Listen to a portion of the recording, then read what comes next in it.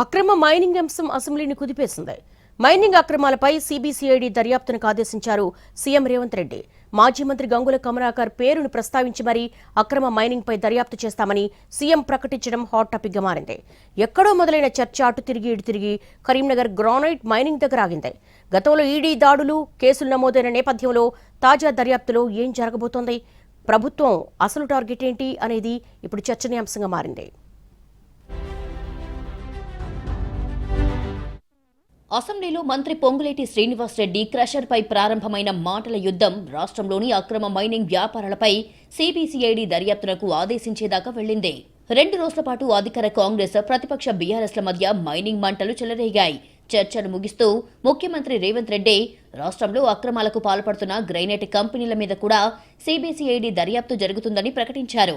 అక్కడితో ఆగకుండా మాజీ మంత్రి గంగుల కమలాకర్ పేరును, ఆయన కంపెనీ శ్వేత గ్రైనేట్ పేరును ప్రస్తావించారు. ఆయన బంధువు రాజ్యసభ సభ్యుడు వద్దిరాజ్ రవిచంద్రకు సంబంధించిన కంపెనీ గాయత్రి గ్రైనేట్ సంస్థ పేరును కూడా ప్రముఖంగా చెప్పారు సీఎం. క్రషర్ నుంచి గ్రైనేట్ మైనింగ్ వైపు వెళ్లడం మాట అటుంచితే ఉరుమి మంగళం మీద పడ్డట్టు ఎక్కడో మొదలైన చర్చ తమ కంపెనీల వరకు రావడంతో ఇదెక్కడి తలనొప్పి అనుకుంటున్నారు నేతలు. ఇప్పటికే ఈడీ కేసుల కత్తి మెడ మీద వేలాడుతోంది. కొత్తగా సిబిసిఐడి దర్యాప్తు చేయిస్తామని సీఎం ప్రకటించడంతో కొత్త చిక్కులు తెస్తుందా అనే చర్చ జరుగుతోంది.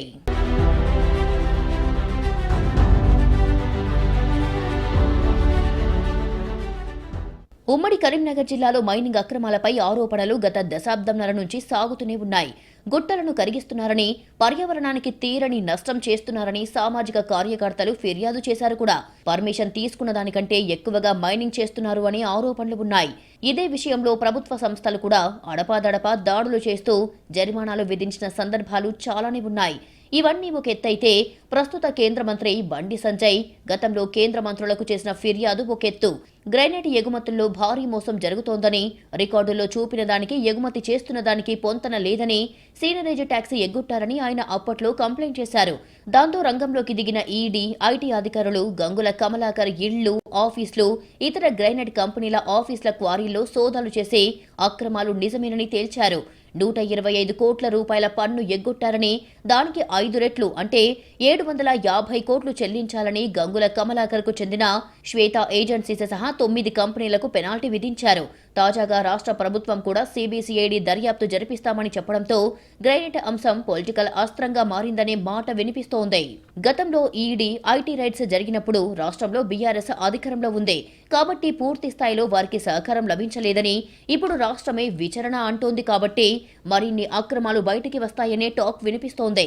మైనింగ్ అనుమతులు, పర్యావరణ అనుమతులు ఇచ్చింది రాష్ట్ర అధికారులే కాబట్టి అనుమతి ఇచ్చింది ఎంత, వెలికి తీసిన గ్రైనేట్ ఎంత అనేది పక్కా లెక్కలు తేలే అవకాశాలు ఉంటాయి.